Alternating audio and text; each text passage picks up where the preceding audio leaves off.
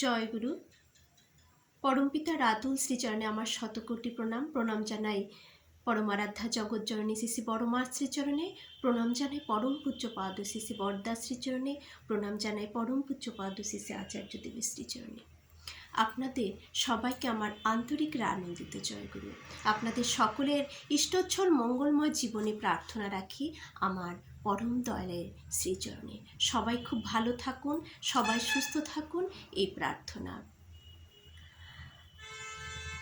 আমাদের পূর্বজন্মের সুকৃতির ফলে এ জন্মে আমরা পেয়েছি পরম দয়ালকে আমাদের সদ্গুরু রূপে। এর যে কত বড় আমাদের প্রাপ্তি, হয়তো আমরা সেটা কখনো গভীরভাবে ভেবেও দেখিনি। সব পেয়েও আমরা অনেক সময় অবহেলাও করে থাকি। ঠাকুর কোনো কিছুই তো আমাদের বাদ দিয়ে যাননি। ঠাকুর নিত্যদিন আমাদের ইষ্টকর্ম করতে বলেছেন। ইষ্টকর্ম বলতে কিন্তু নিত্যদিন আমরা যা যা করে থাকি প্রত্যেকটা কর্মই ইষ্টকর্ম। যে যে কর্মের সাথে আমরা যুক্ত রয়েছি প্রত্যেকটা কর্মই কিন্তু ইষ্টকর্ম, শুধু যদি সেটাকে সৎভাবে করা যায়। একটা কথা বলা, একজনকে প্রেরণা দেওয়া, সেটাও কিন্তু ইষ্টকর্ম, কিন্তু সৎভাবে করতে হবে, তার যাতে মঙ্গল হয়। যে কর্মের মধ্য দিয়ে অন্যের মঙ্গল হয়, নিজের মঙ্গল হয়, সেটাই কিন্তু সৎকর্ম, ইষ্টকর্ম।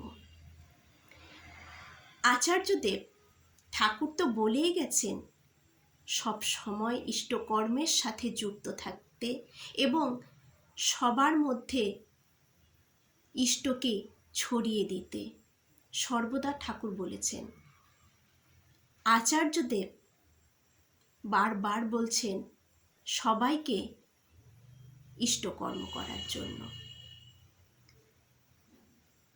এই ঋত্বিক সম্মেলনে আচার্যদেব আমাদের সকলকেই একটি কাজ করতে বললেন মাসে একবারও যেন আমরা এই কাজটি করি।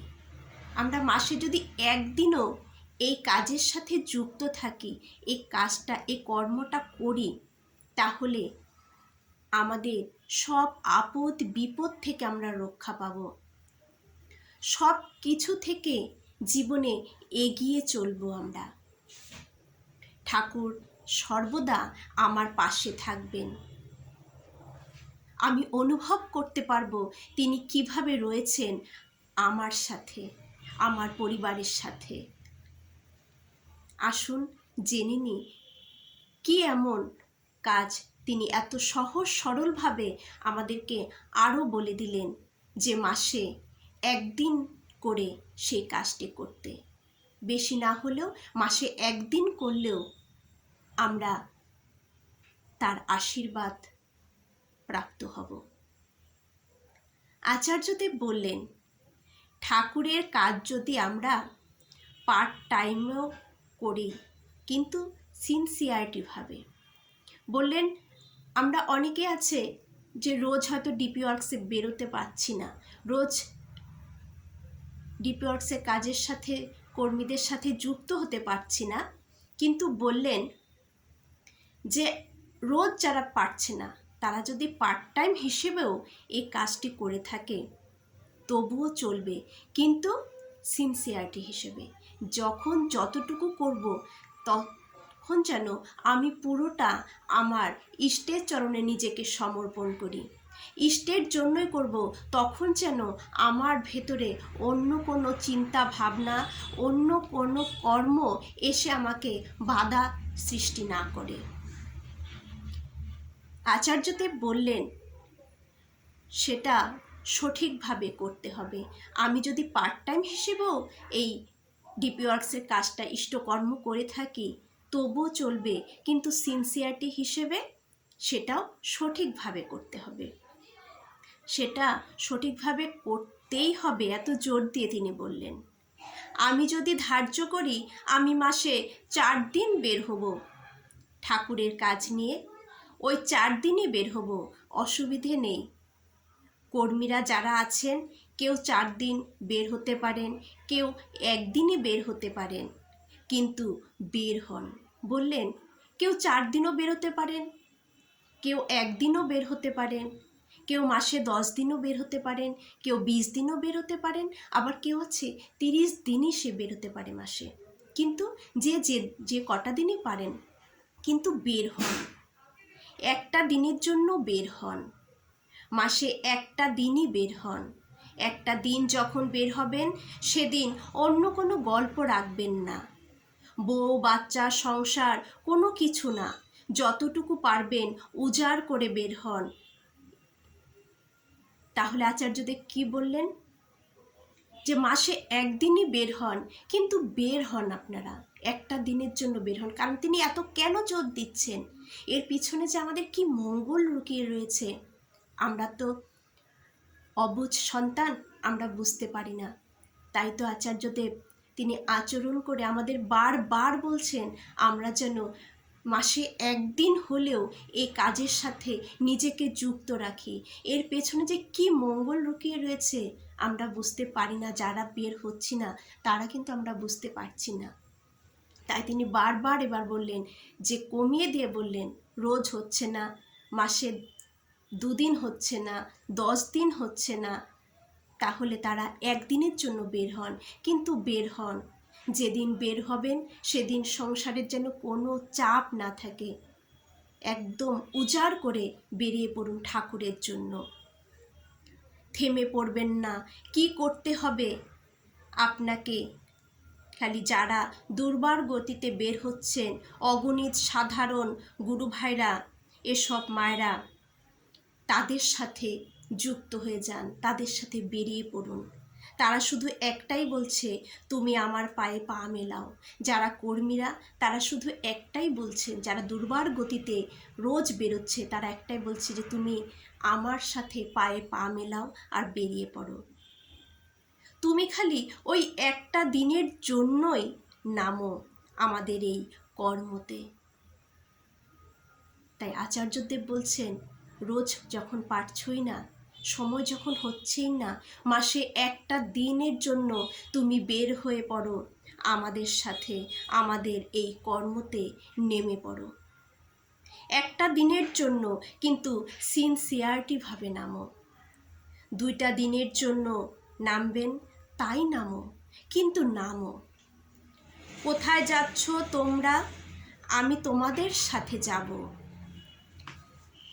1 দিন, 2 দিন, 10 দিন, মাসে 30 দিনই যেটা আমাদের নির্বাচন, আমরা নিজেরা বুঝতে পারি আমার জন্য এটাই নির্বাচিত, সেটাই নির্বাচন করে বেরিয়ে পড়ুন।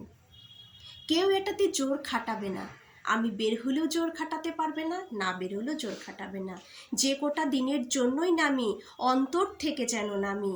মাসে 1 দিন করতে বললেন আচার্যদেব, যে আমি যে কটা দিনের জন্যই নামি না কেন, আমি যেন অন্তর থেকে নামি, পুরোটা উজাড় করে দিয়ে নামি, কিন্তু আমি যেন নামি। নামতেই বললেন আমাদের। তাই আমাদের প্রত্যেককে, আমরা যারা বেরোতে পারছি না, তারা 1 দিনের জন্য হলেও নামুন। আমরা সবাই যেন নামতে পারি। 1 দিনের জন্য একটা বাড়ি হলেও যেন আমরা যাই, এই কাজের সাথে যেন আমরা যুক্ত থাকি। কারণ এর পেছনে বিরাট আকারের মঙ্গল লুকিয়ে রয়েছে, বিরাট, যার তুলনা নেই। তাই তিনি এত জোর দিয়ে বারবার বলছেন, মাসে 1 বার এই কাজ করুন, আপনার সফলতা আসবেই। জীবনের সব ঝড় ঝঞ্ঝা থেকে আমাদের রক্ষা করবে এই কাজের মধ্য দিয়ে। কারণ এই কাজ ইষ্ট কাজ। আর আমরা যারা বের হই, আমরা জানি যে বের হলে এর পেছনে কত আনন্দ, যে আনন্দের তুলনা হয় না। কোনো আনন্দের সাথে এই আনন্দকে যুক্ত করা যায় না, মেলানো যায় না। এর আনন্দটাই আলাদা। তাই রোজ আমরা সংকল্প করি, আমরা মাসে 1 বার হলেও যেন ঠাকুরের এই মহান যজ্ঞের সাথে আমরা যুক্ত হতে পারি, সকলের সাথে পায়ে পা মিলিয়ে যেন নেমে যেতে পারি, উৎসর্গ করে দিতে পারি নিজেকে ওই একটা দিনের জন্য ঠাকুরের কাছে। ঠাকুর খুশি হবেন, ঠাকুরকে খুশি করাই আমাদের লক্ষ্য, এটাই আমাদের লক্ষ্য। আর ঠাকুরকে খুশি করার জন্যই, তার কর্ম করার জন্যই আমাদের এই জন্ম, এই পৃথিবীতে আসা। এটাকে যেন আমরা সার্থক করি। এতে তো কোনো ক্ষতি নেই, কোনো ক্ষতি তো হবে না, বরঞ্চ ভালোই হবে। আসুন আমরা সবাই এক হয়ে একই সাথে ইষ্টকর্মে এই প্লাবনের মধ্যে নিজেকে ভাসিয়ে দিই। জয় গুরু, বন্দে পুরুষোত্তম।